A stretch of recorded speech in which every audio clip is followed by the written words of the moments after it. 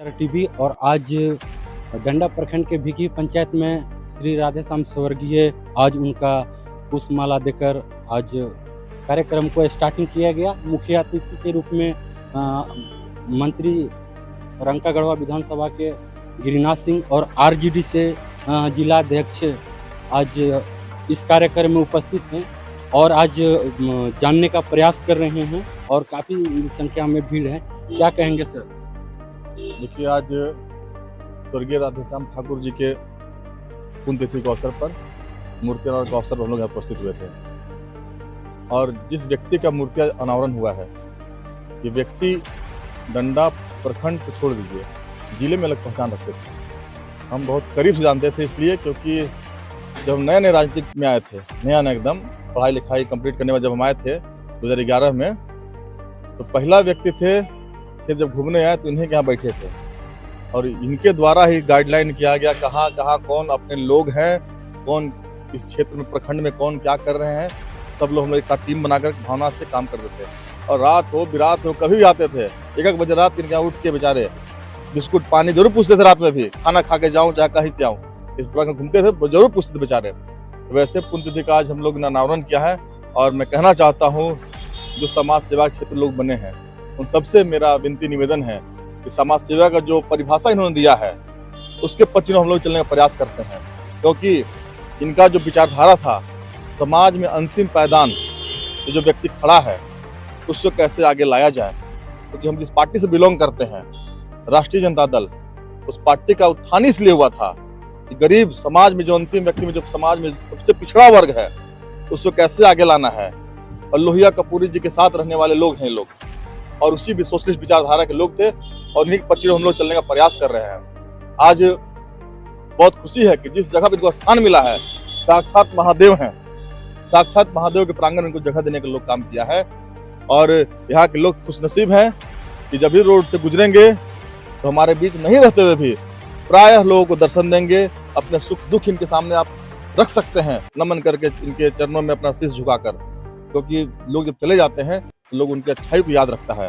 अच्छा ऐसा कर्म किए ये कि आज लोग इनको याद कर रहे हैं, इतने लोग आज जुटे हुए हैं। हम सब आज के दिन यही प्रण लेते हैं, ये जो शिक्षा दिया मुझे उसको हमेशा भूलने का हम नहीं करेंगे और गरीबों की जो लड़ाई है इनके द्वारा जो बताया रास्ता है उसको निरंतर हम आगे करने का प्रयास करते रहेंगे। चलिए बने रहिए समाचार टीवी के साथ। गोपाल चौधरी। और चलिए क्या कहेंगे? आज हम लोग अपने बड़े भैया समाज सेवी राधेश्याम ठाकुर के पुण्यतिथि सह मूर्ति अनावरण के उपलक्ष्य में यहाँ पर उपस्थित हुए हैं और जो इन्होंने अपने काल में समाज सेवा किया, जो हम लोग को दिखाए, जो रास्ता दिखा करके गए हैं, उस पर हम लोग चलने का आज प्रण लिया है, संकल्प लिए हैं।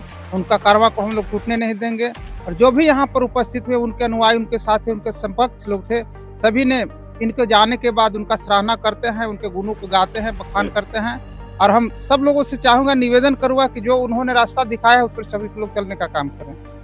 तो चलिए जानने का प्रयास कर रहे हैं कि इनका जन्म 1960 ईस्वी में हुआ और उसके बाद जब से उनके अंदर ज्ञान हुई समाज को कब से सेवा करने के लिए वो यहाँ से प्राथमिक शिक्षा के बाद वो चले गए थे, रेहला जेबी स्कूल में पढ़े, वहाँ से जैसी लड़ते 76 में मैट्रिक पास किए थे और निरंतर समाज सेवा में लगे रहे और उनके पास कोई जात पात का भेदभाव नहीं था, कोई धर्म का भेदभाव नहीं था, सबको संभाव, सबको बराबरी का दर्जा देते हुए गरीबों का सेवा करते रहे।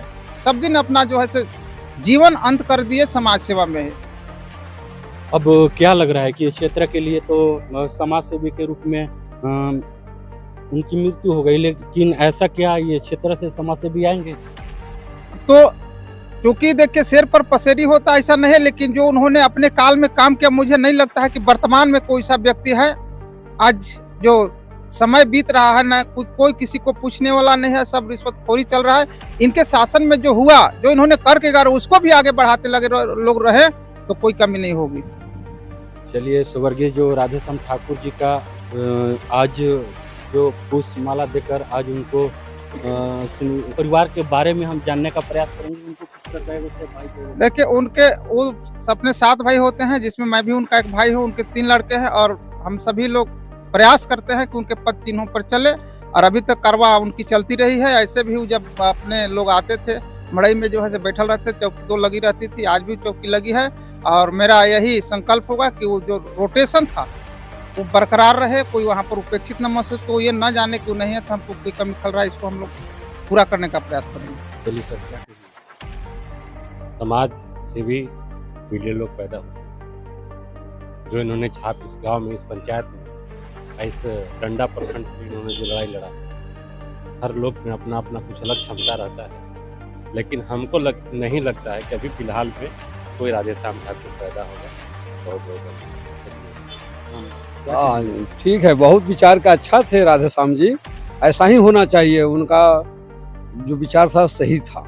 आप राधेश्याम ठाकुर जी का गुरु थे, और कब चेला बनाए थे? चाहे उनका चेला बनाया हुआ बहुत पहले बनाए थे,